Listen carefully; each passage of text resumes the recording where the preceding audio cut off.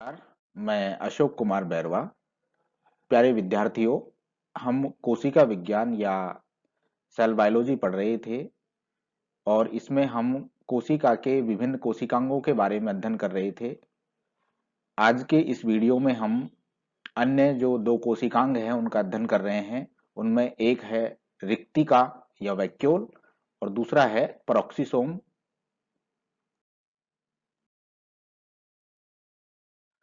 चलिए, तो हम सबसे पहले बात कर रहे हैं रिक्तिका या वैक्यूल की।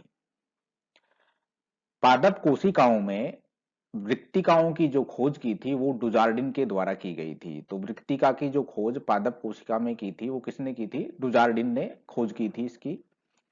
यह कोशिका के केंद्रीय भाग में यानी बीच में स्थित होती है और इसके केंद्रीय भाग में स्थित होने के कारण क्या होता है, कोशिका द्रव्य या साइटोप्लाज्म जो होता है कोशिका भित्ति के समीप एक पतले स्तर के रूप में जमा हो जाता है। क्योंकि बीचों बीच में ये बड़े आकार की होती है, बीचों बीच में तो ये होती है जिससे जो कोशिका द्रव्य है वो कोशिका भित्ति के समीप एक पतले स्तर के रूप में जमा हो जाता है। इसे कोशिका धृति या प्राइमोर्डियल यूट्रिकल कहते हैं।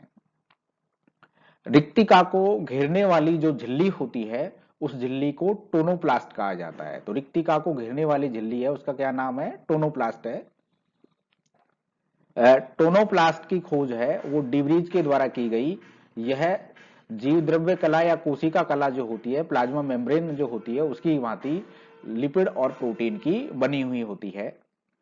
रिक्तिका में जो द्रव भरा हुआ होता है उस द्रव को कोशिका रस या सेल सेप कहते हैं।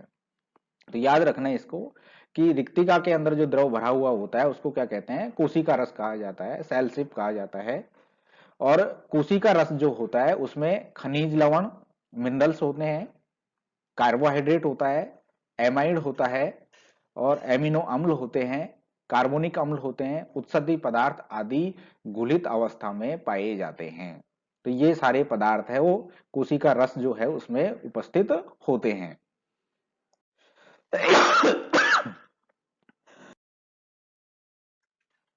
अगर हम रिक्तिका की संरचना के बारे में देखें तो ये एक पादप कोशिका है, उसका चित्र दिखाया गया है। इसमें जो ये पार्ट है ये पूरा वैक्यूल है, रिक्तिका है जो कोशिका के लगभग बीच में उपस्थित है। और इसके कोशिका के केंद्रीय भाग में उपस्थित होने के कारण जो कोशिका द्रव्य जो है ये कोशिका भित्ति पर परिधि पर व्यवस्थित हो जाता है। और यहाँ पर इसके और कोशिकांग है वो दिखाए गए हैं। जैसे ये सबसे भारी परत सेल वॉल हो गई, इसके अंदर की जो परत है वो सेल मेम्ब्रेन है, ये साइटोप्लाज्म है और ये आपको दिखाए गए हैं ये क्लोरोप्लास्ट है, ये केंद्रक है। और रिक्तिका की केंद्रीय भाग में उपस्थिति के कारण क्या होता है, जो केंद्रक है वो भी लगभग थोड़ा सा साइड में उपस्थित होता है। तो ये एक संरचना है जो दिखाई गई है। रिक्तिका के कार्य। पादप कोशिका में रिक्तिका क्या कार्य करती है? रिक्तिकाएं कोशिकाओं के परासरणी दाब एवं स्फीति दाब को बनाए रखती है। एक तो पहला कार्य है कि यह कोशिका का जो परासरणी दाब है और स्फीति जो दाब है उसको बनाए रखती है। दूसरा काम है रिक्तिकाएं खाद्य पदार्थों एवं खनिज लवणों का संग्रहण करती है एवं सांद्रण करती हैं। तीसरा काम है रिक्तिकाएं उत्सर्जी पदार्थों का संचय कर उपापचयी क्रियाओं को बाधित होने से बचाती हैं। कोशिका रस जो होता है उसमें ये उत्सर्जी पदार्थ हैं वो पाए जाते हैं। चौथा कार्य क्या है? अनेक पौधों में जो रिक्तिकाएं हैं उनमें एल्कलॉइड का संग्रह होता है। इस कारण शाक भक्षी इन पौधों को नहीं खा पाते हैं। तो शाक भक्षी जो होते हैं वो इन पौधों को नहीं खा पाते क्योंकि इनमें एल्कोलॉइड है, उनका संग्रहण होता है। और पांचवा जो काम है वो है एंथोसाइनिन, एक वर्णक है जिसके जो कोशिका रस में उपस्थित होता है, सेल सेप है उसमें उपस्थित होता है एंथोसाइनिन। इसके कारण क्या होता है, जो पौधे हैं उनके पुष्प हैं उनका रंग जो होता है वो कैसा होता है? आकर्षक होता है, कलर्ड होते हैं वो। और इससे क्या होता है परागण और प्रकीर्णन में हेल्प मिलती है। पौधे के लिए परागण और प्रकीर्णन में क्या होते हैं, ये सहायता करती है। तो इस प्रकार से ये 5 कार्य हैं जो एक पादप कोशिका में रिक्तिका के द्वारा संपन्न किए जाते हैं।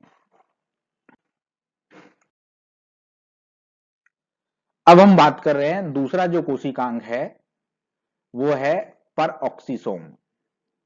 सबसे पहले बात आती है खोज की। तो परऑक्सीसोम की जो खोज की थी वो डीडुए और टॉलबर्ट के द्वारा खोज की गई थी। परऑक्सीसोम इकाई कला से आवृत अंडाकार संरचनाएं होती हैं, यूनिट मेम्ब्रेन से घिरे हुए होते हैं, जिनका व्यास 0.15 से 0.5 मिलीमीटर तक पाया जाता है। लीवर कोशिकाओं में यह सबसे अधिक व्यास की होती हैं। इन अंडाकार संरचनाओं में बारीक कणिकादार पदार्थ उपस्थित होता है जो केंद्र में संघनित होकर केंद्रीय ठोस क्रोड बनाता है। यह स्वप्रतिकृतिक होते हैं, परंतु इनमें डीएनए व राइबोसोम का अभाव होता है। डीएनए या राइबोसोम इसके अंदर अलग से नहीं पाया जाता है। इन कोशिकांग का नाम परऑक्सीसोम इसलिए रखा गया है क्योंकि यह कोशिकांग हाइड्रोजन पेरोक्साइड के निर्माण और उसके अपघटन में भाग लेते हैं। ये बड़ा ही महत्वपूर्ण पॉइंट है कि ऐसा कौन सा कोशिकांग है जो हाइड्रोजन पेरोक्साइड के निर्माण में और उसके अपघटन में भाग लेता है। तो वो कौन सा कोशिकांग है, परऑक्सीसोम है। और परऑक्सीसोम के अंदर D amino acid oxidase, hydroxy acid oxidase, peroxidase, catalase, urate oxidase enzyme पाए जाते हैं। ये एंजाइम परऑक्सीसोम के अंदर मिलते हैं। तो विशेष रूप से आप याद रखना, कैटेलेज पूछा जाता है कि कैटेलेज किसके अंदर पाया जाता है, परऑक्सीसोम के अंदर पाया जाता है। और परऑक्सीडेज और ऑक्सीडेज जो एंजाइम है ये भी किसमें पाए जाते हैं, परऑक्सीसोम के अंदर पाए जाते हैं। ये दो महत्वपूर्ण बिंदु हैं जिनसे संबंधित कई बार प्रश्न पूछे जाते हैं कि हाइड्रोजन पेरोक्साइड के निर्माण में कौन सा कोशिकांग भाग लेता है या अपघटन में कौन सा कोशिकांग भाग लेता है, और परऑक्सीसोम के अंदर कौन कौन से एंजाइम पाए जाते हैं। यहां पर ये परऑक्सीसोम जो है उसकी संरचना दिखाई गई है। ये इसके अंदर बीच में कणिकादार जो है वो कोर इसके अंदर उपस्थित है, और ये यूनिट मेम्ब्रेन जो है उससे घिरे हुए अंडाकार कोशिकांग होते हैं।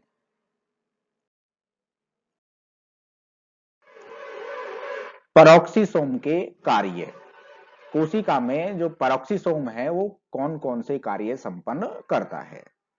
सबसे पहले आता है नंबर 1, परऑक्सीसोम में D amino acid oxidase, hydroxy acid oxidase, urate oxidase hydrogen peroxide का निर्माण करते हैं। हमने बात की थी, पहले भी ये पॉइंट आया था कि परऑक्सीसोम ऐसा कोशिकांग है जिसमें हाइड्रोजन पेरोक्साइड का निर्माण करने वाले एंजाइम भी होते हैं और हाइड्रोजन पेरोक्साइड को विघटित करने वाले या अपघटित करने वाले एंजाइम भी इसके अंदर पाए जाते हैं। तो ये जो D amino acid oxidase, hydroxy acid oxidase और यूरेट ऑक्सीडेज जो एंजाइम है ये हाइड्रोजन पेरोक्साइड का निर्माण करते हैं।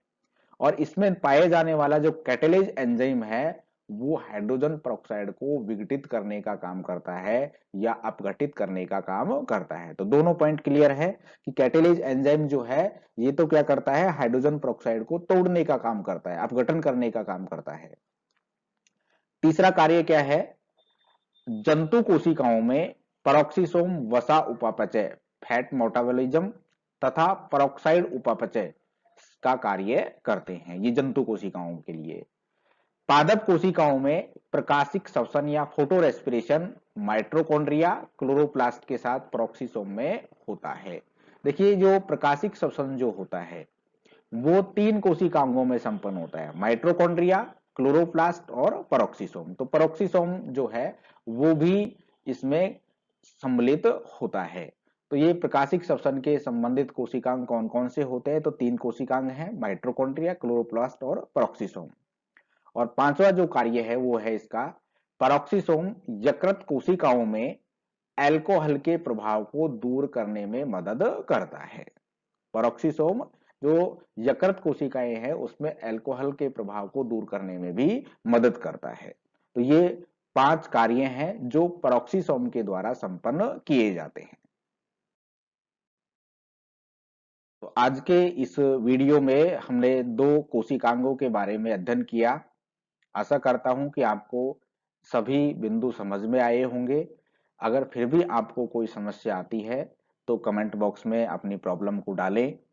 आपको वीडियो लगातार मिलता रहे इसके लिए आप चैनल को सब्सक्राइब करें, लाइक करें और शेयर करें।